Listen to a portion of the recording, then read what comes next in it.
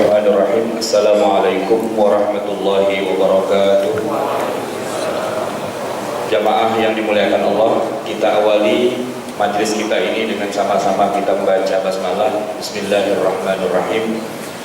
Alhamdulillahilladzi hadana li hadza wa ma kunna linahtadiya laula an hadana Allah wa la haula wa la quwwata illa billahil aliyyil azim. Subhanaka la ilma lana illa ma 'allamtana innaka antal alimul hakim. Allahumma shalli wa sallim wa barik ala nabiyyina Muhammadin wa ala alihi wa sahbihi wa ansarihi wa junudihi wa man jahada fi sabilillahi ila yaumiddin. Amma ba'du. Hadirin Bapak Ibu jamaah yang dimuliakan Allah, tema yang kita angkat hari ini mungkin termasuk tema yang jarang atau mungkin belum pernah dibahas di banyak forum, yaitu tentang mengenal mazhab fikih. Kenapa saya bilang jarang atau tidak pernah? Karena biasanya majelis-majelis ilmu seperti ini kebanyakannya nggak mau repot, mau simple aja. Ngapain sih pakai mazhab-mazhab segala, ntar berantem lagi. Ngapain sih pakai beda-beda pendapat, ada Syafi'i, ada Maliki, ada Hanafi? Kan udah ada Quran, kan udah ada Sunnah. Ngapain lagi ngikutin ulama? Ulama itu kan manusia, manusia itu kan bisa salah. Kita tuh bukan ikut ulama, kita itu ikut Nabi, kan begitu Pak. Banyak tuh cara berpikir seperti itu, dan tanpa terasa kita kayak mengamini dan membenarkan. Tidak salah ikut Nabi itu, ya kita memang harus ikut Nabi, karena memang siapa lagi yang kita ikuti? Kan syahadat kita asyhadu an la ilaha illallah wa asyhadu anna muhammadan rasulullah, bukan wa asyhadu anna syafi'i rasulullah, kan bukan ya. Syahadat kita kepada Nabi memang gitu. Tapi begini jamaah sekalian, kelihatannya benar tapi sebenarnya enggak tepat. Jadi saya kasih contoh yang sederhana Pak. Al-Quranul Karim dan hadis Nabi itu memang warisan yang Nabi tinggalkan kepada kita. Selama kita pegang dua itu, Quran dan Sunnah, ya Nabi menjamin kita nggak akan sesat selama-lamanya. Betul? Betul, karena Nabi yang mengatakan itu. Taraktu fikum amraini, saya tinggalkan dua perkara. Ma'in tamassaktum bihima, selama kalian tetap pegang keduanya, lan tadillu abada, kalian tidak akan pernah sesat. Kitabullah Quran, wa sunnata rasulihi, dan hadis-hadis Nabi. Nah, tapi dalam prakteknya begini, kita nih ibarat kata punya mobil Pak, ya, punya mobil lengkap sih. Ada BPKB, STNK, bahkan ada petunjuk, ada manualnya ya. Untuk end user seperti kita, kalau mobil ini begini harus begini, kalau mobil itu begitu harus begitu. Nah, kalau yang sifatnya manual book yang buat end user itu gampang. Kenapa? Karena semua sudah dibahas oleh para ahli mobil itu, dibikin yang ringkas banget. Tapi ketika ada kondisi-kondisi yang di luar dari apa yang sudah ditulis di manual book, nah kita mulai bingung. Nggak ada nih di manualnya, karena manual book itu tipis Pak, ya, dia tidak tebal segini, enggak, tipis. Jadi kalau kejadian-kejadian yang apa, ya udah kita merujuk lagi kepada pabriknya. Begitu juga kalau kita beli obat di apotek gitu ya, itu ada petunjuk pemakaian pendek, ya kan? Minum sehari 3 kali 1 sendok makan, gitu kan? Tapi ada tulisannya Pak, apabila sakit berlanjut hubungi dokter. Ujungnya dokter lagi Pak. Cukup nggak kita kalau sakit beli obat doang? Tergantung penyakitnya. Kalau penyakit pilek-pilek doang, biasalah kita beli di warung Pak. Tapi kalau gagal ginjal gitu Pak, terus beli obat di pinggir jalan harga 10.000 langsung sembuh, bubar Pak rumah sakit itu. Nggak perlu ada fakultas kedokteran. Kenapa? Cukup dengan habbah sauda 10.000, penyakit selesai semua. Kan ini cara Nabi. Tapi kita tahu kan Pak, tidak sesederhana itu cara berpikir kita. Nah, Quran dan Sunnah itu memang sumber. Tapi banyak masalah nih antara kita dengan Quran dan Sunnah. Kenapa? Ini Pak, Quran itu seringkali ayatnya satu dengan yang lain itu nggak connect. Nggak connect, ini bahasa saya Pak. Tabrakan, nggak sepakat. Satu ayat dengan ayat lain nggak sepakat. Saya kasih contoh nih Pak. Bapak boleh buktikan sendiri kalau punya Android itu ya, Quran. Coba buka surat ke-16, surat An-Nahl yang artinya lebah. Ayatnya 67. Surat An-Nahl ayat 67. Di situ Allah Subhanahu wa taala berfirman. Saya yakin antum pernah baca, tapi mungkin jarang berhenti sebentar untuk memikirkan isinya. Wa min thamaratin nakhili wal a'nabi tattakhiduna minhu sakaran wa rizqan hasana. An-Nahl 67. Dan dari buah pohon kurma, nakhil wal a'nab, dan anggur, apa kata Allah? Tattakhiduna minhu sakaran. Kamu bisa bikin minuman yang memabukkan. Itu petunjuk Quran Pak. Suruh bikin apa? Khamar. Dan kalau udah jadi, warizqan hasanah, dan rizki yang baik. Jadi Quran nyuruh kita jualan khamar. Itu Quran Pak, pakai itu Qurannya. Kalau emang katanya cukup Quran doang, pakai itu ayatnya. Kita diperintahkan untuk bikin khamar dan dapat rizki yang baik. Warizqan hasanah. Jadi hukumnya minum khamar itu haram. Gak ada bilang haram di ayat itu. Disuruh bikin dan jadi rezeki yang baik, pakai ayat itu Pak. Nah gimana coba jelasinnya? Katanya suruh pegang Quran, ini Quran. Ternyata Qurannya nggak sesuai dengan yang kita pahami. Nah di situ kita perlu penjelasan. Apa? Itu kan ayat yang awal mula turun Pak. Masih di Mekah, khamar belum haram. Jadi kalau ada ayat bilang ayo bikin khamar, ayo jualan khamar, itu rezeki yang baik, santai aja dulu. Belum waktunya diharamkan. Masih ada 3 ayat lagi Pak yang belum turun. Nah ayat berikutnya turun, yas'alunaka 'anil khamri wal maisir qul fihima ismun kabirun wa manafi'u lin-nas. Mereka para sahabat datang kepadamu wahai Muhammad nanya tentang apa hukum khamar. Katakan di dalam khamar itu ismun kabir, ada dosa besar, tapi juga manafi', banyak manfaatnya. Walaupun demikian dosanya lebih besar daripada manfaatnya. Kesimpulan kedua, Quran tidak mengharamkan, khususnya kalau manfaatnya banyak Pak. Jadi kalau lagi dingin-dingin, musir dingin, asalkan nggak mabok dan ini bisa jadi obat, hukumnya halal, tidak diharamkan. Belum ada istilah banyaknya sedikitnya haram, enggak.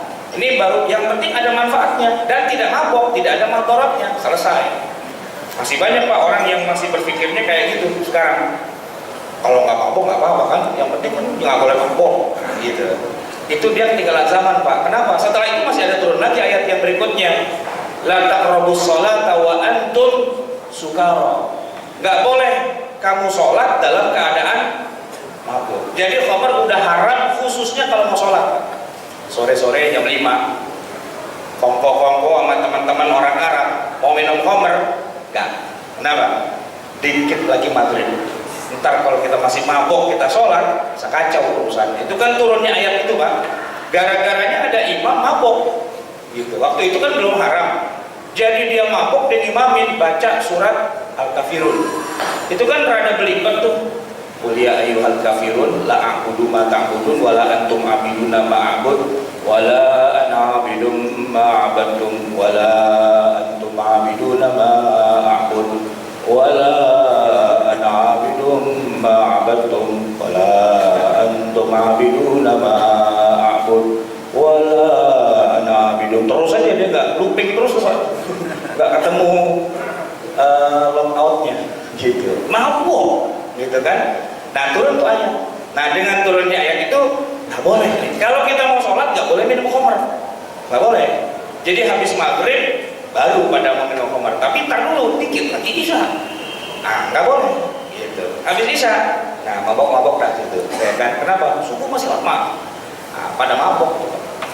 Jadi Quran turun 3 ayat tentang khamar itu masih pada minum di masa itu, dan itu sudah hijrah ke Madinah. Tapi begitu turun ayat yang terakhir tentang khamar juga, innamal khamru wal maisiru wal ansabu wal azlamu rijsun min amali syaitani fajtanibuh, baru itu Pak. Haram seharam-haramnya, mau banyak, mau dikit, mau mabok, mau nggak mabok, pokoknya khamar haram. Ada yang tahu nggak kapan turun ayat itu Pak? Tahun berapa? Nggak ada yang tahu. Orang di Quran nggak ada tanggalannya. Siapa yang tahu? Ya kan? Coba bolak-balik tuh ke Quran. Ada nggak tanggal turunnya? Nggak ada. Tapi para ulama tahu, yaitu pada peristiwa Hudaybiyah, tahun ke-6 setelah Nabi hijrah ke Madinah, atau kalau dijumlahkan dari 13 tahun sebelum jadi Mekah, 13 tahun tambah 6 berapa? 13 tambah 6 19. Tahun ke-19 setelah Nabi diangkat jadi Nabi, baru turun ayat haramnya khamr. Padahal masa kenabian berapa tahun? 23. Di angka 19, 4 tahun lagi Nabi wafat, baru haram itu khamr. Nggak ada Pak penjelasan ini di Quran, nggak ada. Sampai tua juga nggak ada. Dari mana saya tahunya? Dari orang yang ngalamin turunnya Quran. Siapa itu? Rasulullah dan para sahabat. Para sahabat Nabi tahu turunnya begini, tahu latar belakangnya. Kita mah cuma baca Quran doang, nggak tahu ceritanya. Baca aja, paham kagak paham, baca. Pokoknya yang penting hafal Quran. Kan begitu orang kita zaman sekarang, nggak tahu latar belakangnya. Nah kalau nggak tahu latar belakang turunnya, gimana mau narik kesimpulan hukum? Ya kan? Nggak tahu. Jangan-jangan dia pakai yang An-Nahl ayat berapa tadi? 67. Kan Quran, ya kan? Kan apa namanya? Motonya, tagline-nya kan kembali pada Quran, kembali pada Sunnah. Nah itu Quran. Berarti lo mabok-mabok aja pakai Quran juga kok. Nggak ngerti jalan kisah ceritanya, gitu loh. Nah jamaah sekalian yang kata Allah, kalau kita ngomongin mazhab ini, ya, disinilah kita tahu apa latar belakang turunnya ayat yang disebut dengan istilah asbabun nuzul. Tahu latar belakangnya, mana turun duluan, mana turun belakangan. Yang turun duluan hukumnya begitu turun ayat berikutnya menganulir yang pertama, itu namanya nasakh dan mansukh. Nggak ada Pak pelajaran nasakh mansukh di pengajian kayak gini, nggak ada gitu. Makanya pada kagak ngerti. Ditanya gimana hukumnya Ustaz? Haram, main haram-haram aja gitu. Dia nggak tahu latar belakang ayat itu turun kenapa. Nah, jamaah yang dimuliakan Allah, siapa yang tahu turunnya ayat Quran itu latar belakangnya bagaimana, urut-urutannya seperti apa, pasti dia akan tahu hukumnya. Dan yang mengalaminya itu bukan kita, bukan ustaz, bukan penceramah, bukan mubalik, bukan kiai, bukan majelis ulama juga gitu. Siapa yang tahu? Para sahabat Nabi. Gitu. Jadi kita bertanya tentang isi Quran itu kepada sahabat. Mereka yang mengalami itu. Rujukan yang resmi dan sah tentang Quran, bagaimana maunya Allah di balik setiap ayat, tanyanya kepada sahabat. Nah, sahabat itu orang gitu yang mengalami turunnya Quran. Mereka dibina, dilatih, dikader, diajarin oleh Rasulullah yang dikatakan sebagai warasatul anbiya, ahli warisnya para nabi. Kalau kita Pak, enggak, ustaz itu bukan ahli waris nabi, bukan, nggak ketemu sama nabi. Quran turun kapan juga nggak tahu, orang dia ustaz baru sekarang adanya. Jadi bukan nanya sama ustaz Pak, nanya sama ulama. Dalam hal ini yang namanya ulama itu nomor 1, level 1 adalah sahabat Nabi Shallallahu Alaihi Wasallam. Jadi jamaah sekalian, kalau kita mau tahu isi Quran itu nanyanya kepada sahabat di masa Rasulullah, ya. Kemudian nanti sahabat itu ada banyak, nggak cuma 1, 2, ada ribuan. Nah dari yang ribuan itu sebagiannya adalah ulama, ya, kibarus sahabah. Sebagian lagi ada yang bukan. Jadi nanti kita akan lihat bagaimana proses yang namanya para ulama itu sampai kita akhirnya menyebut istilahnya ada mazhab. Tapi akarnya, asal muasalnya itu sebenarnya adalah orang-orang yang terbaik yang pernah ada di muka bumi, yang Nabi SAW memang wariskan ilmunya itu kepada mereka. Misalnya kibarus sahabat itu ada Abu Bakar, Umar, Utsman, Ali. Makanya kita nih Pak, kalau ngaku Muslim Sunni itu biasanya di masjidnya tulisan Abu Bakar, Umar, Utsman, Ali. Ini bukan masalah kita anti Syiah doang gitu ya.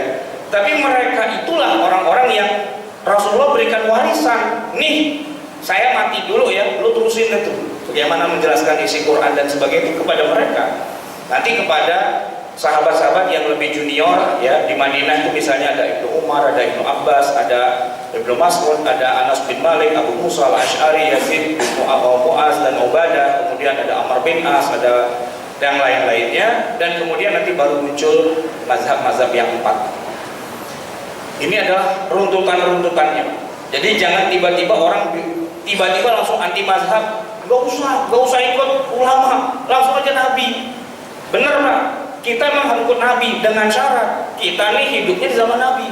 Ketemu sama Nabi, ya ikut Nabi. Masalahnya kan kita nggak ketemu sama Nabi, ya kan? Terus gimana silsilahnya kita ketemu sama Nabi? Ngimpi. Kalau ngimpi nggak bisa dijadikan dasar Pak. Ada orang bilang begini, saya tahu sahih atau tidak sahihnya hadis itu nggak pakai jalur sanad. Terus saya tanya langsung sama Nabi. Lewat apa? Saya sholat istikharah, ntar saya ketemu Nabi malam-malam dalam mimpi. Kata Nabi, sahih. Nah, berarti sahih. Itu Pak, nggak bisa dipakai cara berpikir seperti itu. Kenapa? Yang namanya mimpi itu bisa ngarang. Ada seorang kiai pengen pergi haji gak punya duit. Terus dia ngarang cerita bahwa dia disuruh pergi haji sama Nabi. Datang ke rumah Menteri Agama. Menteri Agama karena kenal gitu ya, diceritain, gini Pak Menteri, saya tadi malam mimpi ketemu Nabi, disuruh pergi haji. Saya bingung, saya gak punya duit. Apa kata Nabi? Gampang, kamu datang aja ke rumah Menteri Agama. Gitu kata Nabi. Menteri Agama mikir, ini orang benar apa enggak gitu. Akhirnya ya udah tunggu sebentar gitu. Nggak lama si Menteri bilang, ngomong-ngomong Pak Kiai tadi malam tuh ngimpi ketemu Nabi jam berapa? Ya tengah malam lah, kira-kira jam 12. Oh jam 12. Lah tadi habis subuh saya ketiduran, itu ketemu Nabi. Kata Nabi, kalau ada orang minta dipergiin haji, bilang nggak jadi. Kalah-kalah tuh banyak Pak gitu ya. Enggak lah, hubungan kita sama Nabi itu lewat jalur sanad, ada sanadnya gitu kan. Sebagaimana Quran sampai ke kita itu pakai sanad Pak. Nabi itu nggak pernah rekaman MP3 ya kan, nggak pernah. Misalnya Nabi lagi baca Quran terus tiba-tiba bilang ambil MP3, afwan Nabi ini mau direkam gitu buat generasi berikutnya, nggak pernah, nggak ada. Jadi pakai apa? Kita tahu bunyinya Quran itu lewat jalur apa? Jibril turun nggak pakai teks Pak, MP3 suara. Jibril tuh bawa wahyu itu, nih teksnya copy paste aja gitu. Enggak gitu, download aja kata. Enggak, suara. Jadi Nabi mendengar, kemudian Nabi mentalkinkan kepada para sahabat. Gini loh bunyinya, oke? Para sahabat punya murid dong, kepada muridnya kepada muridnya terus sampai kepada kita. Itu ada silsilahnya. Jadi kalau orang bilang nggak usah pakai ulama, langsung Nabi. Nah, lu masuk terowongan time tunnel ya, terbang ke zaman Nabi, ketemu nama Nabi, ngaji langsung sama Nabi. Kalau bisa, nggak bisa kan? Ya kita ngajinya sama Nabi, cuman kan kita nggak ketemu sama Nabi. Ketemunya lewat silsilah itu. Makanya Pak, kalau ada seorang qori yang jago, dia bisa baca Quran dengan beberapa qiraat, itu kadang-kadang kita bingung. Kenapa? Karena kita tahunya cuma satu qiraat doang. Qiraat yang lain kita nggak belajar, padahal semuanya dari Nabi. Misalnya dia baca wadduha, pernah dengar Pak ya? Wadduha wal laili idza saja ma wadda'aka rabbuka wa ma qala. Itu Pak. Ini kalau kita yang nggak tahu ilmunya, bawahnya pengen nimbukin aja tuh imam kagak benar katanya. Quran bakal main. Padahal kan, wadduha wal laili idza saja ma wada'aka rabbuka wa ma qala, itu adalah apa yang diajarkan Nabi juga kepada satu kaum.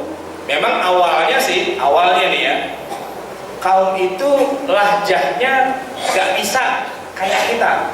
Wadduha itu gak bisa, dia bisanya wadduha. Nabi udah sering wadduha gak bisa. Akhirnya Nabi lapor sama Jibril, nih kaum ini gak bisa bilang wadduha juga, emang udah dari nenek moyangnya begitu. Kata Jibril, ya udah saya lapor sama Allah. Besoknya Jibril datang, ajarin Muhammad ke mereka wadduha. Oh gitu? Iya, ajarin. Ikutin saya, kata Nabi. Wadduha. Kata pemimpin kaumnya itu, dari kemarin Anda juga ada wadduha, gitu kan? Itu resmi Pak, langsung dari Allah kepada Nabi, gitu kan? Jadi bacaan Quran itu sampai kepada kita tuh lewat para ulama. Nggak ada cerita langsung Quran. Ya langsung Quran kan ditulis sama siapa?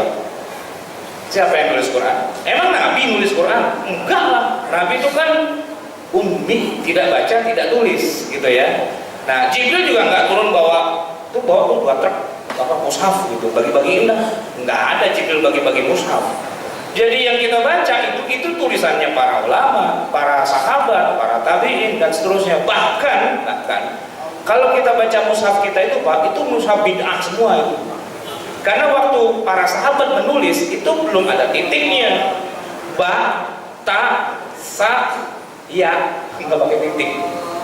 Kita bingung. Udah ada harokat, fathah, kasroh, doma aja nggak bisa baca. Ini nggak pakai titik lagi kan? Puyeng kita. Nah itu yang ngasih titik siapa Pak? Yang ngasih titik itu bukan Nabi. Yang ngasih itu ulama, udah kesini-kesininya gitu.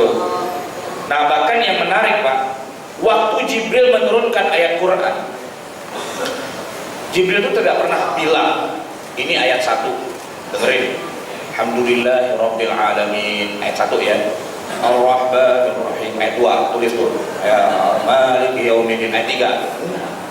Jibril turun aja udah, nggak pakai nyebutin nomor ayat. Makanya nanti para ulama jadi beda-beda pendapat berapa jumlah ayat Al-Quran, itu nggak ada yang sama Pak. Nggak ada yang sama, karena cara ngitungnya itu beda.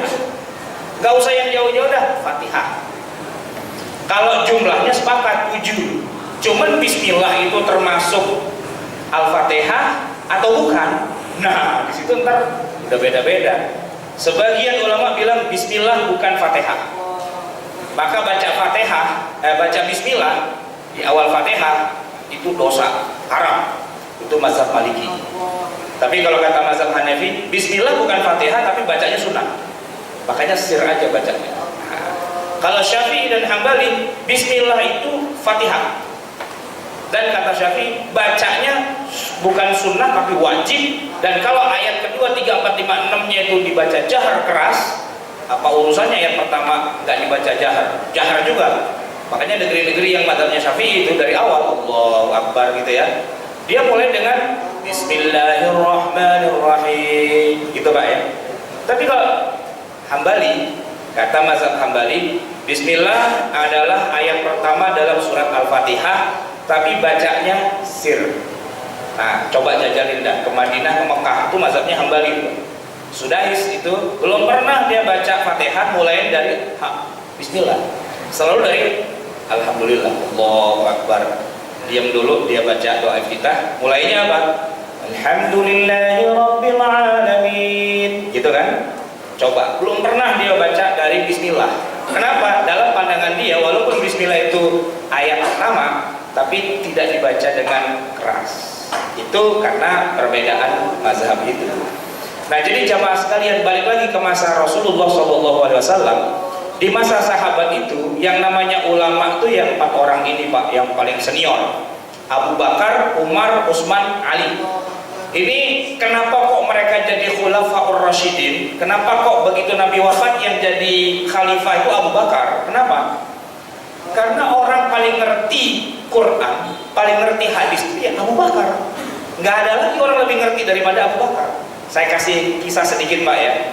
Waktu ayat yang terakhir itu turun, Al-yawma akmaltu lakum dinakum wa atmamtu alaikum ni'mati wa raditu lakumul Islam madina. Reaksi para sahabat itu adalah bergembira, bersorak-sorai, bahagia. Kenapa? Karena Allah sudah ridho Islam jadi agama kita dan sudah sempurna agama kita ini. Semua berbahagia, senang. Kecuali satu, Abu Bakar. Nangis dia, Pak. Cuman biar nggak merusak suasana, dia nangisnya diam-diam. Keluar dari kerumunan orang, masuk ke dalam tenda, nangis.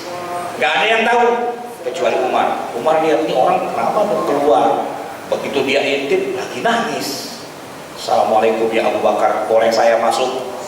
Abu Bakar, Umar ya, masuk Umar. Masuk. Ada apa ya Abu Bakar? Kok Anda nangis? Orang semua berbahagia, agama kita sempurna hari ini. Kata Abu Bakar, sempurna sih sempurna. Tapi kalau udah sempurna, berarti yang bawa agama ini kan tugasnya sudah selesai, sudah paripurna. Lah iya kata Umar. Ya itu dia maksud saya. Kalau udah sempurna terus ngapain lagi dia di dunia? Tok, Umar kaget. Wah, sampai sejauh itu ente bisa mikirnya kan? Iya.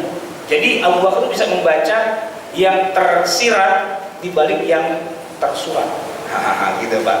Itu enggak semua orang ngerti itu Pak. Umar aja baru kaget. Gitu. Langsung Umar, saya nangis juga dah, nangis ya. Itu Utsman bin Affan ngelihat ada dua orang nangis dalam tenda itu, dia nanya, ada apa nih, ada apa? Diceritain, ya udah saya nangis juga, nangis akhirnya.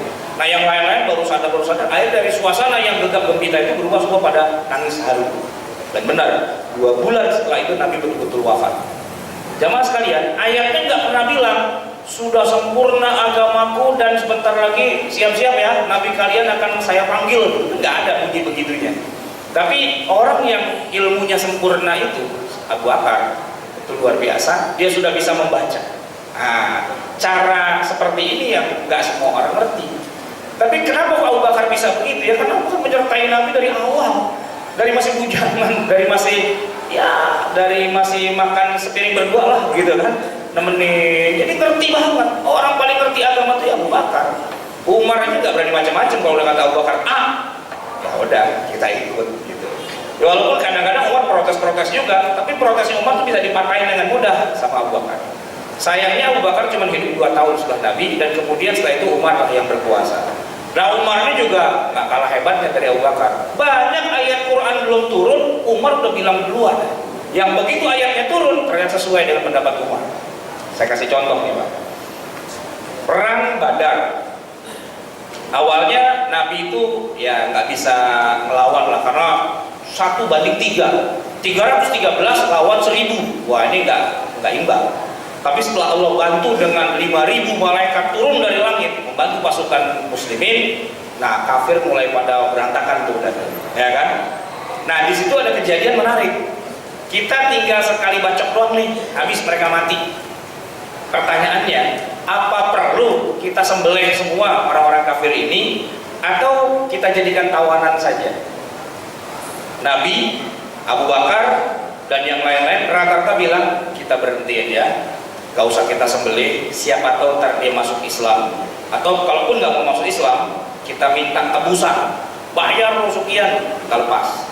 Madinah lagi membangun, butuh tax amnesty, kira-kira gitu. Nah, tapi kata Umar, enggak. Menurut saya, kita sembelih semua aja. Karena perintah terakhir dari Allah, bunuh. Dan belum dianulir sama Allah. Kenapa kita berhenti? Ya, itu diskusi kecil lah. Kata Nabi, ya udah ntar tergantung bagaimana Allah. Ditunggu. Jibril kagak turun-turun. Tahu kemana tuh Jibril? Hilang, gitu kan? Nggak turun. Ini harus segera kita putuskan. Kita berhentikan apa kita teruskan? Akhirnya kata Nabi, udah kita musyawarah Pak. Seluruh yang hadir itu sepakat dengan pendapat pribadi Nabi. Kita hentikan. Islam itu bukan agama perang, bukan agama balas dendam, bukan pembunuh. Kita hentikan perang, kita jadikan tawanan. Kalau dia mau masuk Islam kita bebaskan. Kalau dia nggak mau masuk Islam, suruh tebus, atau dia suruh ngajar 10 orang baca tulis, kita lepaskan. Tapi kata Umar, mohon maaf ya Rasul, dalam hal ini karena itu pendapat pribadi Anda dan bukan wahyu, saya punya pandangan yang berbeda. Kalau menurut saya, terusin perangnya, matiin mereka semua, biar mereka tahu bahwa Islam itu tinggi dan tidak ada yang lebih tinggi dari Islam. Gitu. Voting Pak, ya kalah Umar, ya kan? Oke, perang kita hentikan, kata Nabi. Nah, nggak lama Jibril turun, bawa ayat, belain Umar, nyalahin yang lain. Maka dari nabiyyin ayyakuna lahu asra hatta yuskhina fil ardi. Tidak pantas bagi seorang nabi menghentikan perang sebelum dia menang secara mutlak, secara telak. Belum apa-apa udah minta tawan. Itu Nabi begitu dengar ayat itu Pak, langsung tersungkur nangis-nangis. Seandainya Allah itu nggak kasih sayang sama kita, kesalahan kita ini dihukum mati semua nih kita, kata Nabi. Cuma Umar doang yang itu, karena Umar yang pendapatnya sesuai dengan wahyu. Jamaah sekalian, ketika Masjid Nabawi baru dibangun, itu juga terjadi sedikit beda pendapat. Gimana cara ngumpulin orang? Ada yang bilang pakai beduk, pakai lonceng, pakai apa macam-macam. Kata Umar, aneh mimpi, pakai suara orang, baca takbir, Allahu Akbar, dan seterusnya gitu, kata Umar. Cerita kepada Nabi, kata Nabi, memang begitu Umar, persis. Jibril barusan turun wahyu, ya, walaupun bukan Quran, pakai azan, suara manusia. Wah, kata Umar, saya juga mimpinya kayak gitu. Oh, berarti ya dapat sharingnya juga gitu. Wahyu turun ke Nabi, dia dapat CC gitu ya. CC.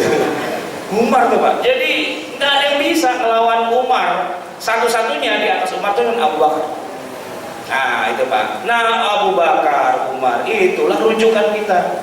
Gitu ya Pak ya. Kita merujuk kepada mereka. Kalau kita nggak ngerti ini ayat, lihat aja Abu Bakar gimana pendapatnya, lihat aja Umar gimana pendapatnya, lihat aja Utsman, Ali, dan para kibarus sahabat.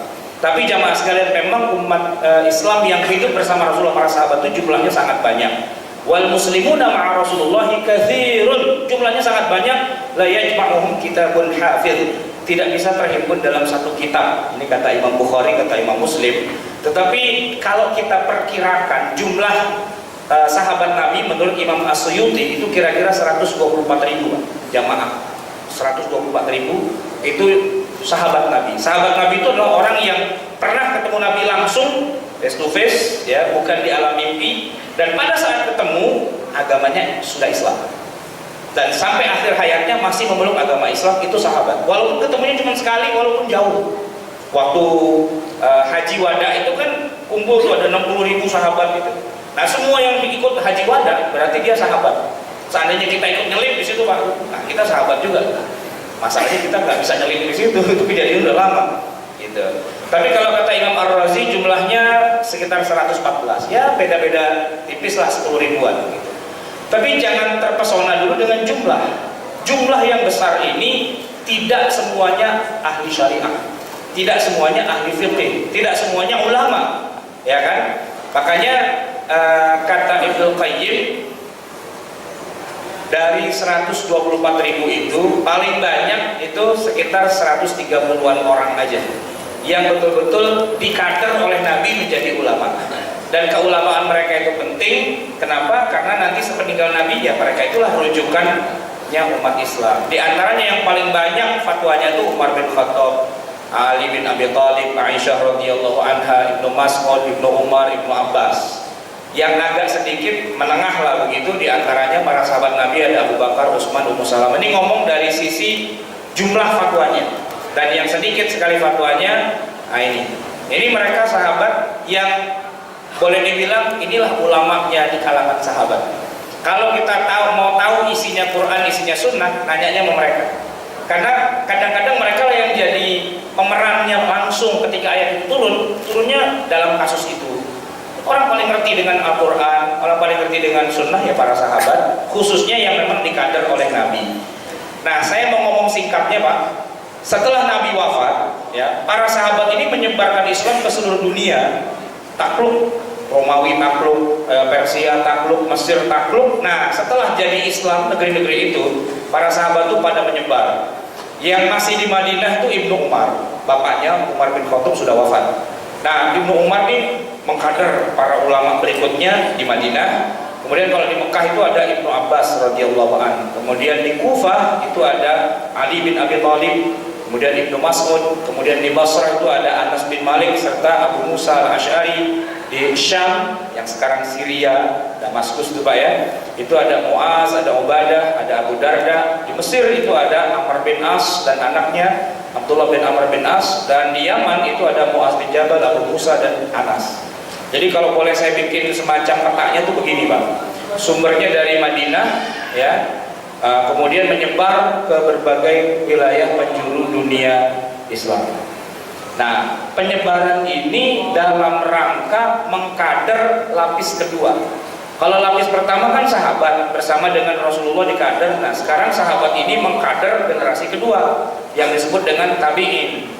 Nah, tabi'in itu jumlahnya sudah makin banyak. Di Madinah saja ada 7 ulama yang dikader oleh Abdullah bin Umar. Ada Sa'id bin Musayyib, ada Urwah bin Zubair, ada Qasim bin Muhammad dan sebagainya. Saya nggak usah bacain satu-satu.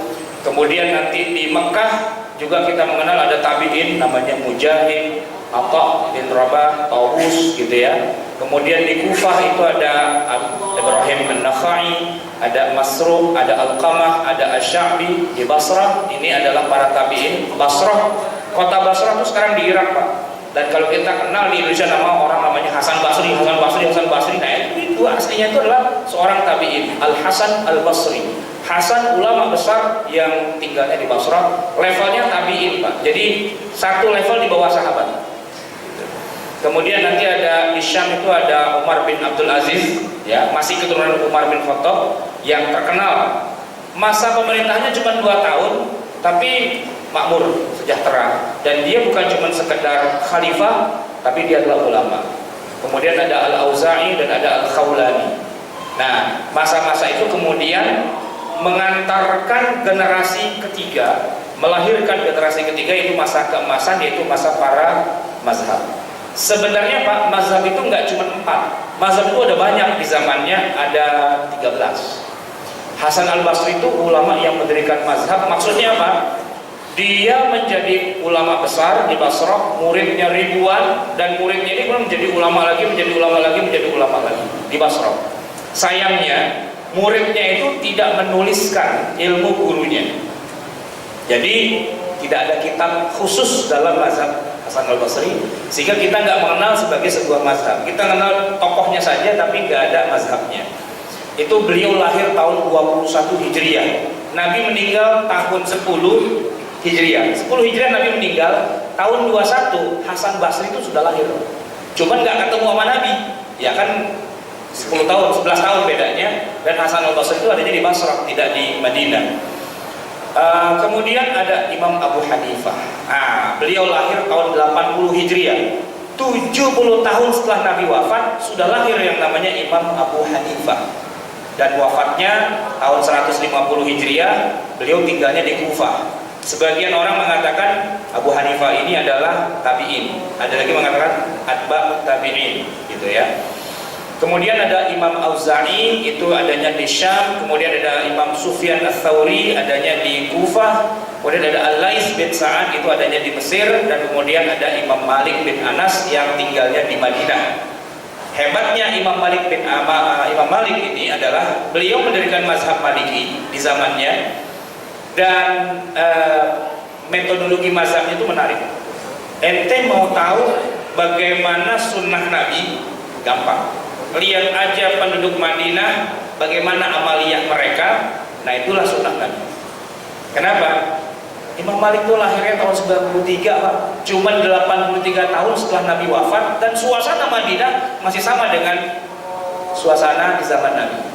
Jadi itu bisa dijadikan sebagai rujukan, sunnah apa tidak sunnah, itu tinggal lihat aja orang Madinah. Kemudian ada Sufyan bin Uyainah di Mekah, ada Al-Imam Syafi'i rahimahullah. Nah, Imam Syafi'i ini beliau satu-satunya ulama yang berdarah biru. Maksudnya darah biru itu dia adalah Bani Quraisy. Jadi Bani Quraisy ini Abdi Manaf ini punya anak 4. Ada yang anaknya Hashim, adanya Muttalib. Yang Hashim ini ke bawah ada Rasulullah, yang Muttalib ini ke bawah ada Al-Imam Syafi'i, tapi mereka nggak sezaman ya. Sehingga Al-Imam Syafi'i ini kalau sebagai ulama sosoknya sangat dihormati oleh seluruh orang Arab karena beliau orang Quraisy. Dan yang kedua, beliau bisa menyambung dua mazhab besar sebelumnya, yaitu mazhabnya Malik bin Anas di Madinah. Beliau menguasai dengan sangat luar biasa karena waktu usia 15 tahun beliau ngaji langsung sama Imam Malik dan diangkat sebagai murid terbaik. Bahkan ketika Imam Malik wafat, Imam Syafi'i lah yang menggantikan kedudukannya di Madinah. Tapi bersamaan dengan itu juga, atas saran dari gurunya Imam Malik, beliau diminta berangkat ke Kufah ketemu dengan mazhab Hanafi. Imam Abu Hanifahnya sudah meninggal, tapi murid-muridnya masih ada. Nah, Syafi'i ngaji juga kepada ulama dari mazhab Hanafi. Hebatnya adalah kekurangan di mazhab Maliki, ya, dengan kekurangan di mazhab Hanafi oleh Syafi'i itu kemudian disempurnakan, sehingga masing-masing menganggap Syafi'i, wah itu murid kita, gitu loh. Kata Maliki, kata Hanafi, Syafi'i murid kadar kita di sini, kadar kita. Jadi diakui oleh kedua belah pihak, gitu. Nah, itu yang membuat Syafi'i itu menjadi moncer dia. Dari sisi nasab darahnya darah biru, dari sisi ilmu dia diakui oleh semua, gitu. Oleh semua alma mater itu diakui. Makanya murid-murid mazhab Maliki berikutnya dan murid-murid mazhab Hanafi berikutnya, ketika guru mereka sudah nggak ada, kita ngaji aja yuk sama Syafi'i. Kenapa? Beliau ini penerusnya guru kita loh, ngaji. Kita ngaji aja yuk sama Syafi'i. Penerusnya guru kita, ngaji juga. Akhirnya mazhab Syafi'i itu memang gabungan dari dua mazhab besar itu, mazhab Maliki dan mazhab Hanafi, gitu ya. Nah, setelah itu nanti ada mazhab yang lain, Ishaq bin Rahawai. Kemudian, nah ini Pak, Ahmad bin Hambal itu muridnya Imam Syafi'i. Nah, sampai kata Imam Syafi'i, saya tidak meninggalkan Baghdad menuju ke Mesir kecuali saya tinggal dengan satu orang yang sangat ngerti dengan sunnah. Siapa? Murid saya, Ahmad bin Hambal. Kata Ahmad bin Hambal, saya tuh ngaji ribuan orang guru saya, ada 5.000 seumur hidup yang ngaji kemanapun ke dunia ini. Tapi satu-satunya yang bisa mencetak saya jadi ulama cuma satu itu, Syafi'i. Gitu. Jadi ini guru sama murid saling muji, Pak. Gitu. Makanya dalam kesininya hampir-hampir antara mazhab Syafi'i dengan mazhab Hambali itu bareng mulu. Ada bedaan 1, 2, 3 gitu ya, tapi keseringannya sama. Contohnya apa? Nih Pak, kita di Indonesia mazhab Syafi'i, tarawih kan 20. Di Saudi Arabia yang mazhabnya Hambali, di Madinah Pak, tarawih 20. Di Mekah, tarawih 20. Karena mereka menganut mazhab yang sama. Sana Hambali, sini Syafi'i, tapi Imam Ahmad bin Hambal muridnya Imam Syafi'i. Gitu. Nah, yang lucu teman saya Pak. Jadi di sini dia kebetulan kalau tarawih nggak mau 20 karena menganggap 20 itu bid'ah, yang sunnah itu yang 11. Nggak apa-apa kan, namanya juga beda-beda. Nah, ketika dia umroh bareng saya, ini jadi lucu Pak. Karena biasanya kalau dia tarawih, masjid depan rumah tuh 20 kebetulan. Cuman kalau udah 8 rakaat dia pulang. Saya bilang, kenapa pulang? Yang sunnah 8 doang. Kalau 20 tuh Umar. Kalau Nabi cuma 8. Oh gitu. Aneh ikut Nabi, aneh gak ikut Umar, dia bilang. Oh ya udah nggak apa-apa. Nggak sholat juga nggak apa-apa, orang nggak wajib kok, cuma sunnah doang kan, gitu. Cuman begitu kita ke Madinah, Pak, nah itu udah 8 masih terus sholatnya, nggak bubar. Dia bingung kan gitu. Lagi bingung saya colek, iya emang udah 8. Nanti kalau mau pulang aja, saya bilang. Dia mikir gitu kan, bukannya 8 Nabi emang 8, tapi kalau Umar itu 20. Nah ini kok ikut Umar kayak ikut Nabi? Ya Umar ikut Nabi juga sih, gitu ya, saya bilang gitu kan. Dia ikut sholat Pak, saya colek, udah 8, udah lewat, saya bilang. Jangan gitu, ini mahal nih tiketnya, dia bilang. Tiketnya mahal. Jadi ente ikut Umar ikut Nabi, ikut semua ada pokoknya, ya udah kita ikut aja lah. Ya udah Pak. Jadi yang menarik itu adalah Umar bin Khattab radhiyallahu anhu di masanya memang menghidupkan kembali sholat tarawih jadi 20. Nah kemudian apa yang dilakukan oleh Umar itu disetujui oleh seluruh sahabat. Nah ketika kita masuk ke wilayah imam mazhab yang 4, ternyata 4-4-nya bilang 20 Pak. 4-4-nya bilang 20. Nah kalau sekarang ada yang 8, nggak apa-apa sih. Itu pendapatnya bukan imam mazhab sebenarnya. Itu pendapatnya Nasiruddin Al-Albani. Dalam kitabnya ada khusus sholat tarawih. Sholat tarawih lebih dari 11 rakaat itu bid'ah dosa masuk neraka, dia bilang begitu. Berarti ini 4 mazhab semuanya masuk neraka nih dalam pandangan Nasruddin Al-Albani gitu ya. Nah jamaah sekalian, itulah mazhab yang 4. Saya kasih warna kuning-kuning. Yang putih-putih itu gini Pak, di zamannya ada tapi punah, hilang sampai sekarang. Kitabnya nggak ada, madrasahnya nggak ada, penganutnya nggak ada, dan negeri-negeri yang bermazhab itu nggak ada. Tapi kalau yang 4, kitabnya masih banyak, ulamanya masih banyak, madrasahnya masih ada, dan hampir semua negeri Islam itu punya perwakilan di dalam mazhabnya itu. Saya kasih contoh Pak, mazhab Hanafi ya, itu mayoritas India, Pakistan, Turki, Cina itu mazhabnya rata-rata Hanafi. Yang kalau sholat jamaah Pak, sholat jamaah, saya pernah ke Istanbul, sholat jamaah maghrib, wadaqallin. Saya orang Indonesia Pak, dari kecil diajarin apa? Amin. Gak ada satupun yang bilang amin Pak. Saya celingak-celingak, waduh. Tapi rokaat kedua saya sengajain biar nanti nggak ada yang kenal ini. Oh, amin gitu kan. Mungkin ada orang ya kamu. Gitu, contoh sederhananya aja Pak. Nah kalau Maliki, walaupun Imam Malik tadinya di Madinah, tapi mazhabnya kemudian berkembangnya di Afrika Utara. Jadi mulai dari Libya, Tunisia, Aljazair, Maroko, naik ke Andalusia, gitu ya. Itu rata-rata mereka mazhabnya Maliki. Nah dalam mazhab Maliki itu Pak, yang paling seru, yang paling menarik itu pendapat mereka bahwa yang namanya anjing itu ya tubuhnya tidak najis, cuma air liurnya aja yang najis. Kalau gitu kan najis teralala, pokoknya ada aja. Nah, kalau mereka enggak, gitu ya. Nah kalau mazhab Syafi'i, walaupun Imam Syafi'i itu aslinya orang Quraisy, lahir di Gaza, tinggal di Mekah, Madinah, Kufah, Basrah, Yaman, terakhir tinggal di Mesir dan wafatnya di Mesir. Tapi pendukungnya yang paling banyak itu justru bukan di negara-negara itu, tapi di Asia Tenggara. Indonesia, Malaysia, Brunei, Singapura, Thailand. Ini kalau menurut Dr. Wahbah Az-Zuhaili, Muslim sedunia itu paling banyak mazhabnya Syafi'i. Kenapa? Ya Indonesia negeri Muslim terbesar di dunia. Tambah Malaysia, tambah yang lain-lainnya itu jadi mayoritas gitu. Nah di nomor 2 Hanafi gitu ya. Nah kita orang Indonesia khasnya adalah, ini khusus orang Indonesia ya, mazhab Syafi'i. Kita mau tahu orang Indonesia ini mazhabnya Syafi'i apa enggak? Gampang. Kalau dia dijilat sama babi, badannya, tubuhnya gitu ya, air liur babi, keringetnya, pokoknya daging babi lah gitu, itu cucinya 7 kali, salah satunya dengan air atau sekali aja? 7 kali, salah satunya dengan tanah, maksudnya 7 kali cuci, salah satunya dengan tanah, atau cucinya sekali aja? Babi 7 kali kan? Syafi'i berarti antum semua itu. Karena satu-satunya mazhab yang bilang babi yang dicuci 7 kali cuma Syafi'i. Hanafi, Maliki, Hambali, nah, sekali aja cuci udah selesai. Karena babi itu haram dimakan, najis, tapi bukan mughalladhah.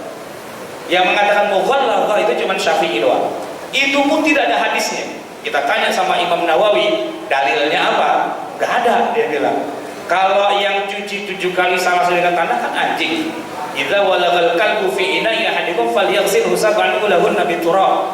Nah itu kalau babi mah nggak ada. 4 kali babi disebutkan dalam Quran, tapi bukan dalam konteks najis, dalam konteks haram dimakan, itu sepakat. Tapi kalau najisnya kok najis mughalladhah, membersihkannya harus cuci 7 kali salah dengan tanah, itu tidak ada dalilnya. Terus dalilnya apa? Dalilnya cuma begini, anjing aja kita cuci 7 kali, masa babi enggak? Padahal babi ikut ke situ satu kelas sama anjing, udah gitu doang, gitu. Nggak ada hadisnya, nggak ada. Gitu. Dalam mazhab Syafi'i sendiri diakui, kata Imam Nawawi, saya juga bingung, nggak ada dalilnya, tapi guru-guru saya bilang itu najis mughalladhah harus cuci 7 kali, udah ikut aja lah. Ya taklid gitu Pak. Nah kira juga taklid juga. Nah kalau ada yang bilang, enggak, saya nggak mau pakai Syafi'i, jajalin, dijilat sama babi, cuci sekali aja, berani nggak? Nggak berani, Ustaz. Iya loh, taklid sama Syafi'i sebenarnya itu. Dan itu banyak di tengah kita, masyarakat kita, gitu kan. Masih puasa bulan Syawal kan 6 hari, Syafi'i berarti. Gitu. Kalau dalam mazhab Maliki tidak ada puasa 6 hari bulan Syawal. Kenapa? Saya hidup di Madinah, saya tinggal di Madinah, lahir di Madinah, sampai saya meninggal di Madinah, belum pernah lihat orang Madinah puasa 6 hari Syawal. Enggak ada itu, kata Maliki. Gitu. Nah lo bingung kan kita, kok para ulama beda-beda pendapat? Jangan kaget Pak, insya Allah pada pertemuan berikutnya nanti kapan kita akan bahas kenapa mereka jadi beda pendapat. Tapi bocorannya gini Pak, bukan ulama yang beda pendapat, sahabat itu beda pendapat, Nabi pun sama sahabat sering beda pendapat. Jadi kalau yang namanya dalam beragama kok beda pendapat, ya memang harus, tidak bisa tidak. Oh baca Quran aja beda. Baca Quran nih Pak, Fatihah nih loh, ini Fatihah harus dibaca dalam setiap sholat. Itu saya belajar 3 qiraat. Kalau yang 1 qiraat doang kita nih Pak, siratal ladzina an'amta 'alaihim ghairil maghdubi 'alaihim waladdallin. Tapi pakai qiraat yang berbeda, langsung dari Nabi juga sanadnya. Siratal ladzina an'amta 'alaihim ghairil maghdubi 'alaihim waladdallin. Sahih Pak, mutawatir dari Rasulullah. Bukan pakai shad, bukan pakai dha. Nanti ada lagi yang pakai sin, sirata. Tiga-tiganya dari Rasulullah. Gitu. Jadi kalau udah nanyain beda, baca Quran aja itu udah beda Pak. Berapa jumlah ayat Quran? Nggak sepakat Pak. Ada yang bilang 6.666. Buktiin coba jajarin pakai Excel dijumlahin gitu Pak. Enggak, bukan 6.666, ya kan? Orang Fatihah saja itu kalau 7 ayatnya sepakat, tapi kalau apakah Bismillah bagian dari Fatihah nggak sepakat. Jadi kalau Bismillahnya dibuang, itu kan tinggal 6 Pak. Nah, itu gimana? Rupanya mereka yang membuang Bismillah itu tetap bilang 7 karena siratal ladzina an'amta 'alaihim. Nah, itu berhenti ayat. Kasih nomor 6. Ghairil maghdubi 'alaihim waladdallin 7. Gitu ya Pak ya. Tapi kalau mushaf kita enggak Pak. Coba periksa mushaf kita tuh Bismillah tuh ayat 1. Berarti Syafi'i itu mushafnya tuh Pak. Gitu ya. Saya kira cukup, waktunya udah lewat dari jam 1. Kan sampai jam 1 kan nih? Apa sampai ada buat pertanyaan. Oh, ada pertanyaan? Silakan. Ada mic.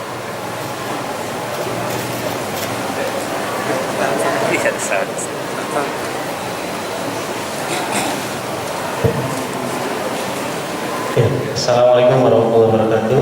Ustaz, terkait dengan mazhab-mazhab ini ya, bagaimana kita sebagai orang awam menyikapinya? Emang kan sikapnya bisa macam-macam ya. Ada yang taklid terhadap satu mazhab atau ya tidak gitu. Tapi dia sebagai orang awam mengkaji pendapat tiap mazhab itu boleh nggak sih Ustaz, dan menganut salah satunya? Atau ada lagi tergantung situasi. Misalnya ya katakanlah terkait menjamak sholat aja ya. Menjamak sholat ada kondisi-kondisi di mana kita misalnya maghrib ke isya, yaitu dari Jakarta ke Bekasi aja udah jamak gitu kan, nggak pakai pendapat yang jarak ya seperti itu Ustaz. Jadi gini Pak, mengikut suatu mazhab itu ada level-levelnya. Level yang paling awam kita tuh ngikut mazhab tuh ngikut aja, karena teorinya teori kebetulan. Kayak kita ditanya, itu agama Islam, kenapa pilih agama Islam? Enggak milih, ya kebetulan aja. Bapak saya Islam, semua Islam, ya Islam lah saya.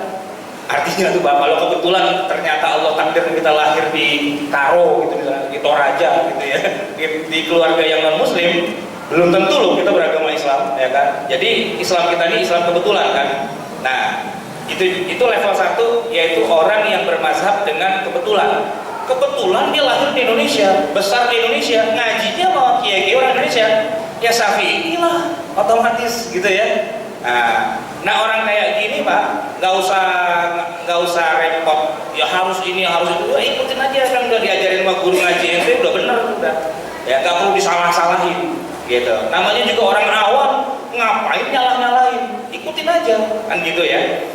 Nah, tapi level 2-nya nih Pak, level 2 nih orang yang belajar mazhab secara serius. Dalam arti gini Pak, kebetulan emang dia tinggal di Indonesia, tapi dia ngaji, belajar sama guru yang bermazhab Syafi'i. Pakai kitab, mulai dari yang paling kecil, Matan Takrib, naik Kifayatul Akhyar, naik lagi nanti Rawdatul Talibin dan sebagainya. Dalam satu mazhab dia jadi ngerti banget mazhab itu. Nah orang yang udah belajar gini Pak, kenapa saya bilang mesti pegang teguh mazhabnya? Karena dia udah belajar.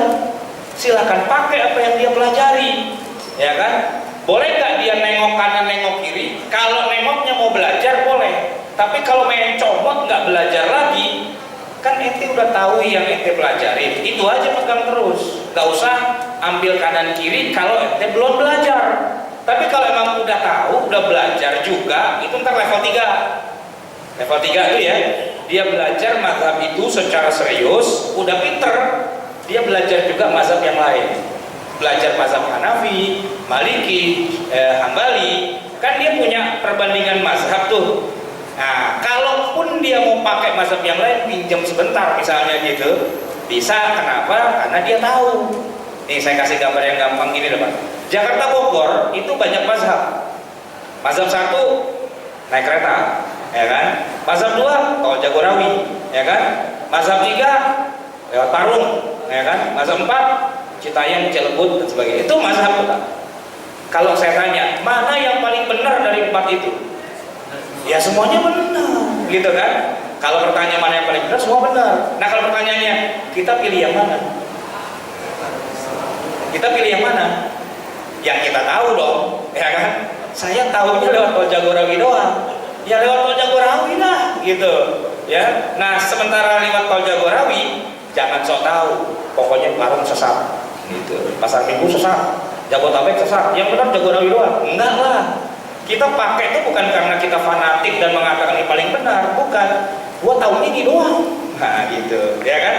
Nah, sementara kalau yang level 3 tadi, semua rute dia hafal. Begitu lewat Parung, ya macet, lewat Pasar Minggu yuk. Nah, gitu kan? Wah, macet lewat sini yuk, karena dia tahu semua. Nah, gitu. Jadi ada 3 level tuh, Pak. Nah, kita yang mana? Yang paling bawah. Yang kagak belajar satu mazhab pun. Ya kan, maksud saya nggak belajar tuh nggak ngaji sama kiai sama ulama pakai kitab, enggak, cuman modalnya nih ya pelajaran agama waktu SD. Ya waktu SD tuh Pak, kata guru kita, nih apalin wajahku wajibul lazifan sama wati wal ardo hanifah muslimah wa ma'ana musyrikin. Nah itu aja kita pakai, gitu kan. Doa makan Allahumma barik lana fima razaqtana wa qina adzabannar. Udah pakai aja lah, gak usah meributin hadisnya sahih apa enggak, ya kan, bukan ahlinya. Belum apa-apa udah mau nyalain orang, lu baca Quran aja kletot nyalain orang, gitu ya. Nah kita tuh level paling bawah Pak. Kalau level paling bawah itu nggak berhak untuk mengkritisi, gitu, ya kan. Kalau mau mengkritisi itu kalau udah level 3. Nah level 3 itu levelnya apa? Iya, dia udah belajar satu mazhab itu dengan sempurna, dia belajar yang lain, nah baru dia bilang dalam hal ini mazhab ini kelihatannya lebih kuat. Yang itu saya nggak pilih, kayaknya dia lebih lemah. Itu kalau dia udah baca semua kitabnya Pak. Di rumah saya itu ada 80 kitab. Habisin dulu tuh kitabnya, baru kita ngomong ini benar, ini salah, ini benar. Bukan benar salah sih ya, lebih kuat, lebih lemah, gitu posisinya. Jadi ya kita tidak perlu lah mengkritisi orang karena semuanya punya dalil Pak. Baik yang sholatnya 20 sama yang 8 sama yang apa namanya itu kalau subuh pakai kunut nggak kunut, itu semua punya dalil sebenarnya dan bisa diadu dalilnya. Ya, saya nggak berani bilang lu subuh kunutnya bid'ah lo, nggak bisa. Kenapa? Itu hadisnya sahih Pak. Itu hadis sahih. Karena yang meriwayatkan itu Imam Asy-Syafi'i itu mendapatkan riwayat cuman pendek banget jalurnya. Dari Imam Syafi'i kepada Imam Malik kepada gurunya yaitu Nafi' Maula Ibnu Umar dan kepada Ibnu Umar langsung pada Rasulullah SAW. Dekat banget dibandingin dengan Bukhari. Bukhari itu butuh 10 lebih orang perawi baru sampai ke Rasulullah. Sementara Imam Syafi'i dekat banget derajatnya ke Rasulullah, maksudnya secara sanad itu dekat. Maka kita tidak bisa mengatakan bahwa ini mazhab salah, itu mazhab keliru dan nggak bisa. Ya, semua itu benar. Tinggal kita pilih yang mana, ya yang kita bisa dapat ilmunya ikut, gitu aja. Jangan sampai nanti kita ngacak-ngacak semua mazhab yang sudah ada. Baik, cukup barangkali ya. Oh ya silakan. Mazhab itu berlaku juga untuk hukum yang lain seperti masalah warisan, masalah pernikahan. Apakah juga berlaku dengan mazhab tertentu atau? Iya, jadi kalau yang namanya mazhab itu Pak, kenapa dibilang mazhab? Gini Pak, kalau kita lihat matahari Pak, sebenarnya matahari itu aslinya adalah salah satu di antara sekian banyak bintang yang ada di alam semesta. Nah, asal tahu aja, bintang di alam semesta kita itu namanya galaksi Bima Sakti gitu ya. Itu salah satu bintangnya adalah matahari kita. Jadi ada kira-kira 1 miliar lah bintang gitu ya. Nah, itu namanya galaksi. Nah, mazhab itu galaksi. Di dalam itu ada ribuan bintang. Jadi mazhab itu jangan dipikir Syafi'i doang sendirian, dia ngarang-ngarang gitu, enggak Pak, gitu. Itu adalah dibangun pertama kali oleh Asy-Syafi'i, dibesarkan oleh berjuta ulama berikutnya sampai hari ini masih eksis. Nah, kitabnya itu Pak, jumlahnya sangat banyak dan sampai dikatakan bahwa peradaban Islam itulah peradaban fikih dan mazhab sebenarnya. Karena itulah yang eksis di seluruh dunia. Tidaklah suatu peradaban Islam dibangun, pasti di situ ada mazhabnya. Misalnya ya, ketika kerajaan-kerajaan Islam di Indonesia berdiri, mulai dari Samudra Pasai sampai ke kerajaan terakhir Islam Mataram gitu ya, itu rata-rata mazhabnya Syafi'i. Jadi ketika mereka bikin kanun, undang-undang, itu didasarkan pada mazhab Syafi'i di Indonesia. Nah, kalau di Turki dan sebagainya, karena mereka mazhabnya Hanafi, ketika mereka bikin undang-undang, itu rujukannya ke mazhab Hanafi. Dan begitulah seterusnya. Jadi setiap negara itu mengakui satu mazhab tertentu. Saudi Arabia, kami di sini mazhabnya Hambali. Jadi kalau ada istilah tadi nikah, talak, rujuk, apa segala macam, ada undang-undangnya. Undang-undang itu mengacu kepada mazhabnya mereka. Gitu. Di Indonesia, undang-undang perkawinan itu mengacu pada mazhab Syafi'i, bahwa tidak boleh ada orang kawin kalau nggak ada walinya, walaupun dia janda. Nah, kalau kita di Pakistan Pak, bisa tuh, karena di sana wali bukan rukun, gitu. Yang penting janda. Nah, orang Indonesia kepepet, pengen kawin nggak ada walinya, Pakistan. Gitu. Jadi setiap negara itu, kalau negara Islam, maksudnya negara mayoritas Muslim, itu undang-undang dalam hukum positif mereka itu pasti diwarnai oleh agama Islam, tapi sesuai dengan mazhabnya masing-masing yang dominan di suatu negara.